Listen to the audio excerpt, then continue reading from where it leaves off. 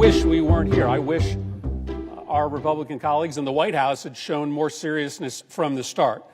But Senate Democrats have been clear that we have all taken an oath to uphold the law of the country. And this Department of Homeland Security, this ICE, is out of control.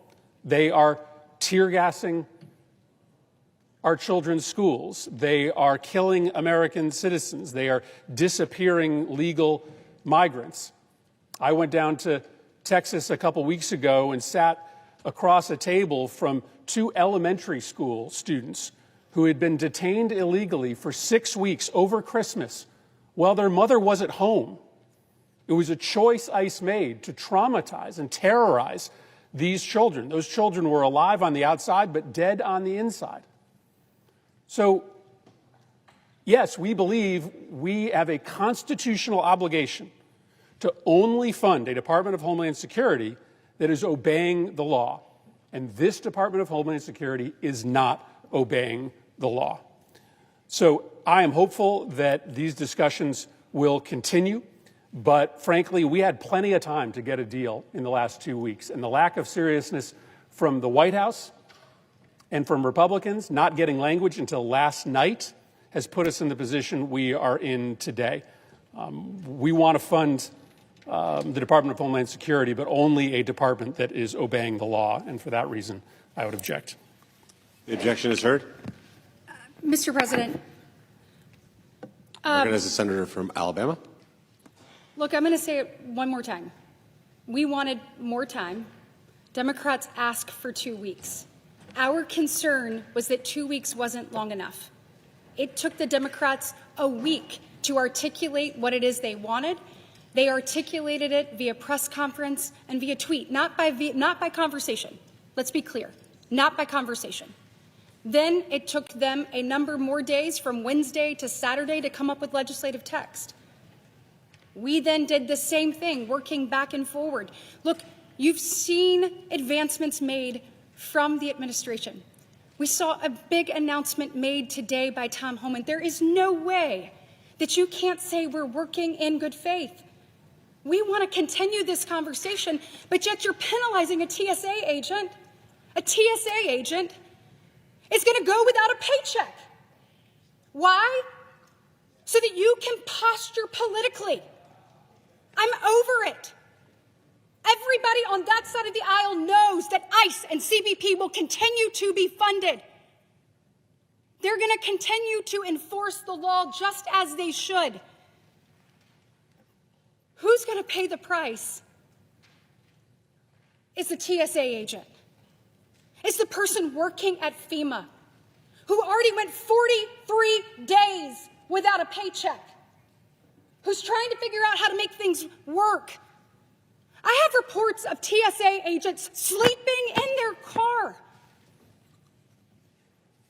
because they can't afford gas, selling plasma to make their bills. Guys, come on. We're asking to continue a conversation.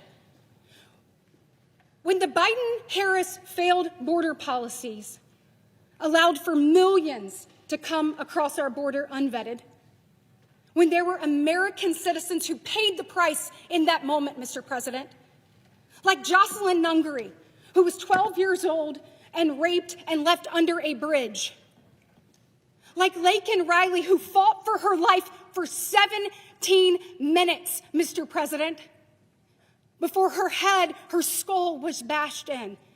And we kept saying, we've got to do more to secure our border.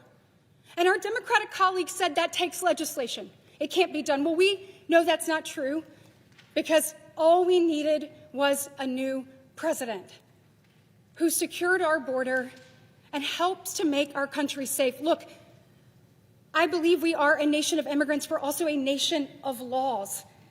And the lawlessness has to stop. But even in the midst of all of that, fentanyl overdoses at an all-time high, Mr. President, we didn't shut the department down.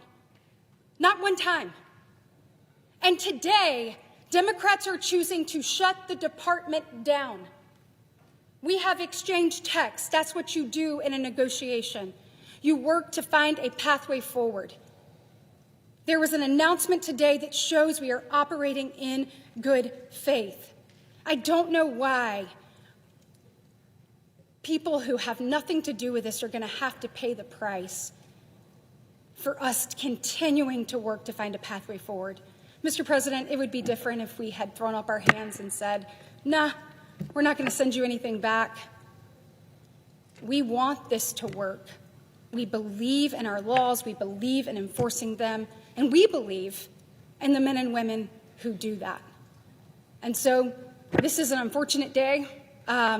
It's a sad day. It's certainly not one that had to happen. I want to be very clear. All we're asking for is 2 weeks to continue this conversation, to figure out how to make this work, and to do what's right for all American citizens. Mr. President, I yield the floor. Mr. President. Recognize the senator from Connecticut. Mr. President, I just want to reiterate that we got the language last night. We've been in a 2-week continuing resolution, and last night we got the first offer of legislation from the White House. We're not in charge. The Senate Democrats aren't in charge. We don't run the House. We don't run the White House. We waited for a week for there to be some process to be convened. We got no signal as to what that negotiation would look like, so we finally put our proposals, our text on the table, and didn't get an offer back until last night.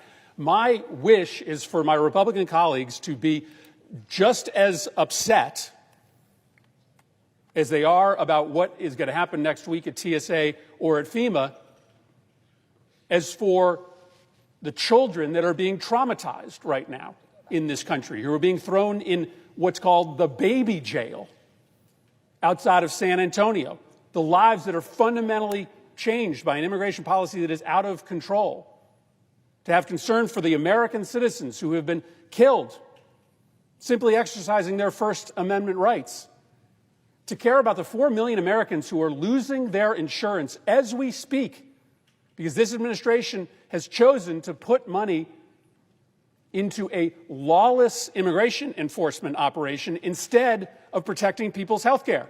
That's what's happening in America today. 4 million people are losing their health care insurance. 20 million people are having their rates go through the roof because the priority is flooding Minneapolis with ICE agents chasing down kids at school bus stops, as they were doing just 2 days ago in Minneapolis, instead of protecting people's health care. People are losing health care in this country so as to fund this runaway Department of Homeland Security. And so we all have outrage about what is happening in this country today. And I don't know why it took the White House until last night to send any semblance of specifics on what they were willing to work for. We have an obligation as members of Congress to fund a government that obeys the law. This Department of Homeland Security is not obeying the law. They are not. And I would argue that every member of this body, whether you're a Republican or a Democrat, in order to uphold your oath of office, should not be funding an agency that isn't complying with the Constitution and the statutes of the United States. So I do regret that we are at a moment in which we are not going to be able to fund the Department of Homeland Security. But there's a simple solution. If the agency starts behaving lawfully, if they start obeying the Constitution, then we can get back on the same page. This is an exceptional moment in this country's history. And my hope is that these negotiations move fast, expeditiously, and that perhaps as soon as we return, or if the majority leader would like to call us back into session next week, we can get the department back up and operating. But that's only going to happen with reforms. That's only going to happen with more serious engagement from the White House than has happened thus far.